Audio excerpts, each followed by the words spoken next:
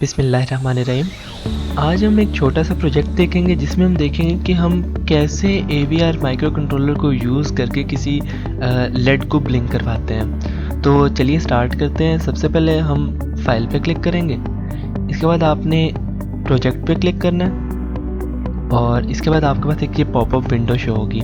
इसमें आपको दो चीज़ें नज़र आ रही हैं, एक आपके पास ये C और C++ का ऑप्शन दे रहा है और दूसरा असेंबलर का है। अगर तो आप C लैंग्वेज में कोडिंग करना चाहते हैं तो आप इसको चूज़ करेंगे, अदरवाइज़ आप असेंबलर को चूज़ करेंगे। अब मैं जो हूँ असेंबली लैंग्वेज में कोडिंग कर रहा हूँ, इस वजह से मैं असेंबलर यूज़ करूँगा। और यहाँ पे आप अपने प्रोजेक्ट का नेम दे सकते हैं। तो प्रोजेक्ट का नेम आप लेट सपोज कुछ भी दे सकते हैं। मैं दे देता हूँ यहाँ पे लेट बी के नाम से। तो यहाँ पे अब इसके बाद आपने ओके क्लिक करना है और इसके बाद आपके पास एक और पॉपअप विंडो शो होगी। इस पर आपने बेसिकली अपना माइक्रो कंट्रोलर चूज़ करना है जिस पे आप वर्किंग करना चाहते हो।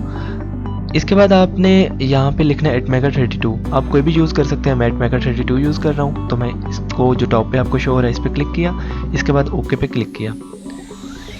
इसके बाद आपको एक विंडो शो होगी, इस पर कुछ पहले से थोड़ा सा कोड लिखा होगा, आपने उसको इग्नोर करना है और यहाँ से आपने डेल कर देना है। अब हम अपनी रिक्वायरमेंट के लिहाज से कोडिंग करेंगे। तो चलिए स्टार्ट करते हैं। सबसे पहले मैं कोड लिखूंगा और साथ साथ मैं एक्सप्लेन करूंगा और थोड़ी बहुत वर्किंग जो है वो कमेंट्स में भी लिख दूंगा। तो सबसे पहले हमने लिखा LDA R16, 0x अब LDI की एक कमांड होती है जो कि किसी भी इमीडिएट वैल्यू को लोड करने के लिए यूज़ होती है। R16 एक रजिस्टर है जिसमें हमने कोई भी वैल्यू, इमीडिएट वैल्यू जो होती है वो किसी रजिस्टर में हमने लोड करवानी होती है। तो ये 0xFF जो है बेसिकली एक वैल्यू है, एक हेक्सा वैल्यू है जिसको हमने R16 में लोड करवा लिया। अब x जो है यहाँ पे हेक्सा को रिप्रेजेंट कर रहा है और FF जो है ये बेसिकली एक हेक्सा वैल्यू है जिसको अगर हम डेसिमल में कन्वर्ट करें तो वो 255 बनता है और अगर इसी को हम बाइनरी में कन्वर्ट करें तो वो 8 वंस बनते हैं। अब क्वेश्चन ये अराइज होता है कि हमारे पास हमने 255 ही क्यों वैल्यू ली। बेसिकली होता ये है कि हमारे पास जो एटमेगा माइक्रो कंट्रोलर होता है AVR, ये 8 बिट का माइक्रो कंट्रोलर है। तो 2 की पावर 8 256 होता है। तो यानी कि 0 से लेके 255 तक टोटल 256 वैल्यूज़ होती हैं। तो अब हमने बेसिकली हमारे पास जो पोर्ट होता है उसकी 8 पिन्स होती हैं और हर पिन पे अभी हमने मतलब अभी फिल वक्त हमने जो है एक रजिस्टर में सारी यानी कि टोटल 8 बिट का रजिस्टर है, उसमें हमने 8 वंस इनपुट करवा दिए। अब इसके बाद एक हमारे पास DDR का एक रजिस्टर होता है जिसको हम कहते हैं स्पेशल फंक्शन रजिस्टर।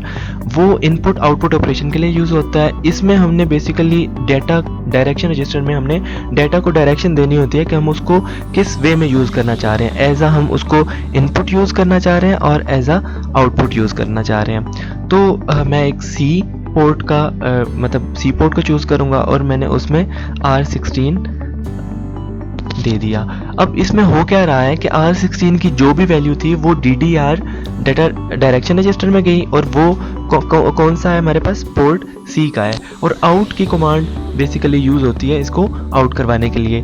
तो अगर तो हमने इसको एज अ इनपुट यूज़ करना होता तो फिर मैं R16 में वैल्यू 0x00 देता, यानी कि अगर 0 का मतलब है एज हम उसे इनपुट के लिए यूज़ करना चाह रहे हैं और FF यानी कि जहाँ पे भी 1 होगा इसका मतलब है कि हम उसको एज आ आउटपुट के लिए यूज़ करना चाह रहे हैं। तो अभी अगर मैं DDRC की बात करूँ तो DDRC में इस टाइम ये वैल्यू आ चुकी है क्योंकि R16 में ये वैल्यू थी तो DDRC में ये वैल्यू आ चुकी है। इसके बाद अब हम क्या करेंगे, अब हम चाह रहे हैं, अब हमने मेन जो हमारा कोड है जिससे हमारी जो लाइट है या लाइट है वो ब्लिंक करेगी, अब हमने उसको लिखना है। तो यहाँ पे मैं एक लूप यूज़ करूँगा। ये लूप का नाम है, इसको आप कुछ भी नाम रख सकते हो। मैं लूप 1 का नाम रख देता हूँ। अब इसमें मैंने कोडिंग करनी है। तो अब हमारे पास मैंने लिखा आउट पोर्ट C, R16। अब मैं प्रीवियस वैल्यू को यूज़ कर रहा हूँ, आप यहाँ पे कोई भी वैल्यू दोबारा से लोड करवा के यूज़ कर सकते हैं। R16 में FF था यानी कि 11 पड़ा हुआ था, मैं उसी को यूज़ करता हूँ। और अब हो क्या रहा है कि हमारे पोर्ट C जो है उस पर ये जा रहा है। अब लेट्स सपोज यहाँ पे मैं आपको एक छोटी सी बात बताऊं कि अगर हमने ये जो पोर्ट सी है यानी कि उसको अगर हमने डाटा डायरेक्शन इनपुट की दी होती तो ये कभी भी ये कमांड रन ना करती आउटपुट सी कामा R16। ये इसीलिए रन कर रही है क्योंकि हमने उसको एज अ आउटपुट कॉन्फ़िगर करवाया था,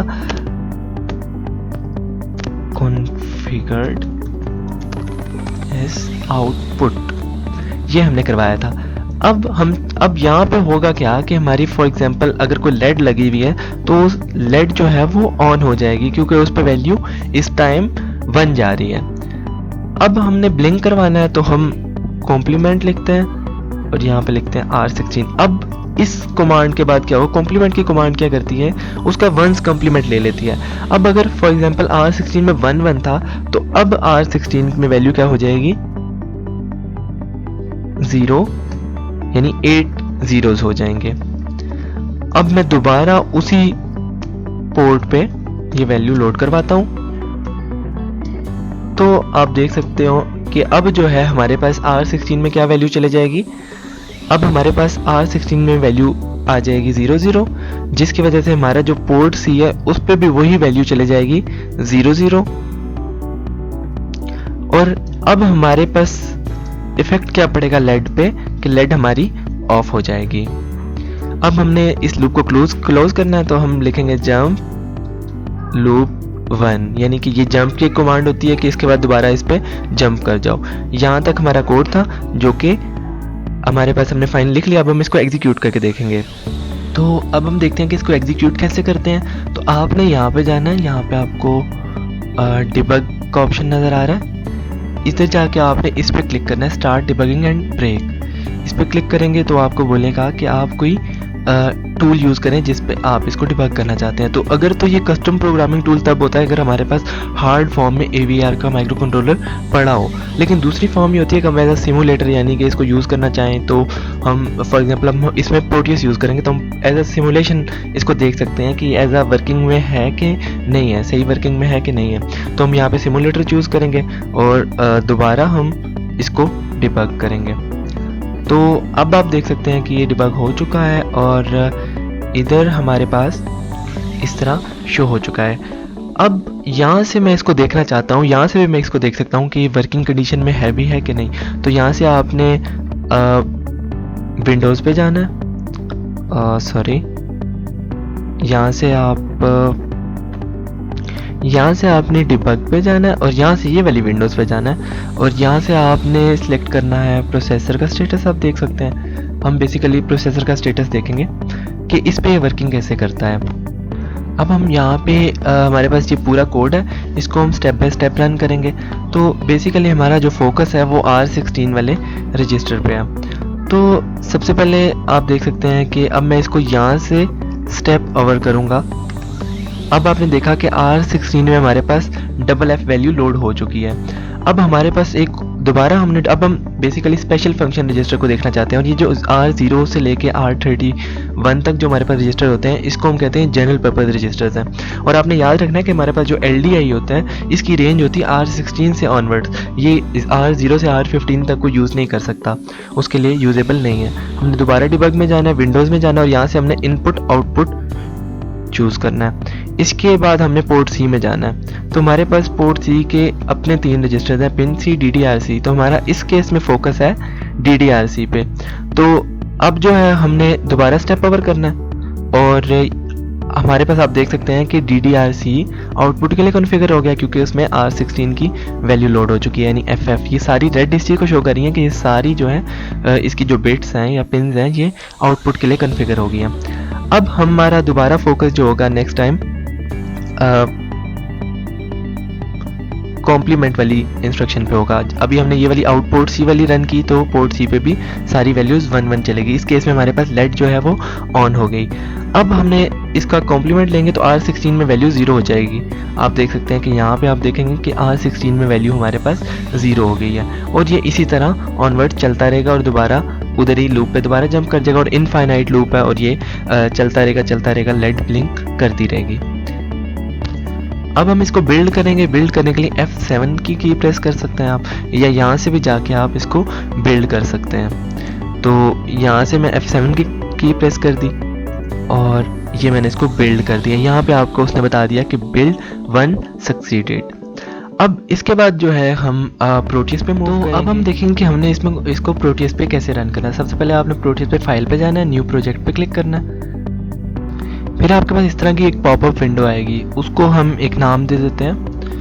हम इसको LB का नाम दे देते हैं, कुछ भी आप नाम यहाँ पे कुछ भी दे सकते हैं। हमने इसको LB का नाम दे दिया, नेक्स्ट पे क्लिक किया, फिर हमने इस पे क्लिक किया, डिफ़ॉल्ट ही रखना है इसको और बाकियों को नो रहने देना है हमने। फिर हमारे पास इस तरह की एक विंडो खुल जाएगी।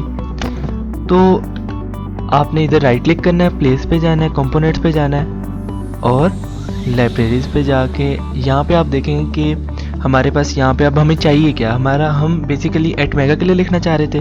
तो यहाँ पे आपने @mega32 सर्च करना है, सबसे टॉप पे आ जाएगा, फिर ओके क्लिक करना है और यहाँ पे आपने प्लेस कर देना।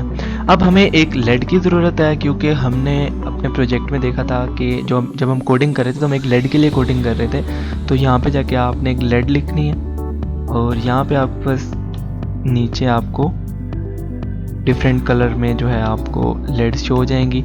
यहाँ से हम लेट्स सपोज ग्रीन वाली सिलेक्ट कर लेते हैं और ओके क्लिक करके यहाँ पे प्लेस कर दी।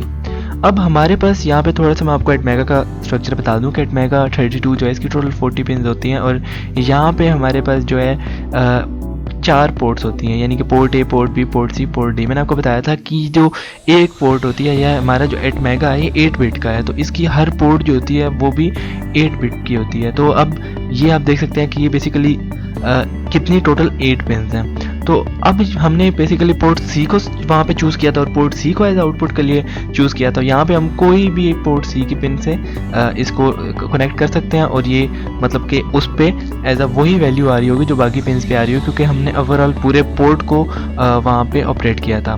तो अब हमें सर्किट कंप्लीट करने के लिए ग्राउंड की ज़रूरत भी पड़ेगी। तो हम टर्मिनल्स में गए, यहाँ से हमने ग्राउंड सेलेक्ट किया और यहाँ पे आके प्लेस कर दिया।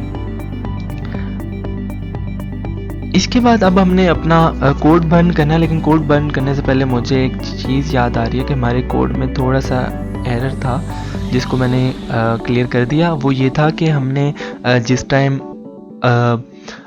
हमने कोड लिखा था तो हम बेसिकली इसमें ये होता है कि आपने शुरू में बताना होता है कि आप कौन सा माइक्रो कंट्रोलर इंक्लूड करना चाह रहे हो। तो हमने उसकी एक लाइब्रेरी फाइल या हेडर फाइल जो है वो इंक्लूड करवा दी। उसका हम 32 मतलब @mega32 यूज़ कर रहे थे, उसके लिए हमने लिखा include m32def.inc। तो हमने उसको डिफाइन कर दिया और अब जो है हमने F7 क्लिक किया, हमारा बिल्ड हो गया। अब दोबारा हम प्रोटियस पे जाते हैं, तो अब हमने कोड को बर्न करना है। इस पर डबल क्लिक करेंगे आप और यहाँ पे प्रोग्राम फाइल में जाएंगे और जहाँ पे भी आपने बेसिकली अपना एटमल रखा हुआ है आपने उस पे जाना है। तो मैं दिस PC में गया, फिर मैं यहाँ से लोकल डिस्क C पे गया, यूज़र्स पे गया एंड देन यहाँ पे आपको डॉक्यूमेंट्स नज़र आएंगे। इधर से आपने एटमल स्टूडियो पे जाना है और यहाँ पे आपने अपनी फाइल ढूंढनी है।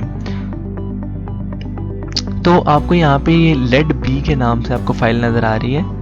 यहाँ पे आपने इस वाले फोल्डर पे क्लिक करना है और फिर डिबग पे क्लिक करना है। फिर यहाँ पे जो हेक्स फाइल होगी आपने उस पर क्लिक करके इसको ओपन पे क्लिक करना है और देन आपने ये ओके पे क्लिक कर देना है।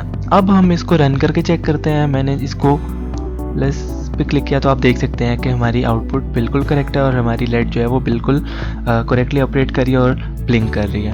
Thank you so much for watching.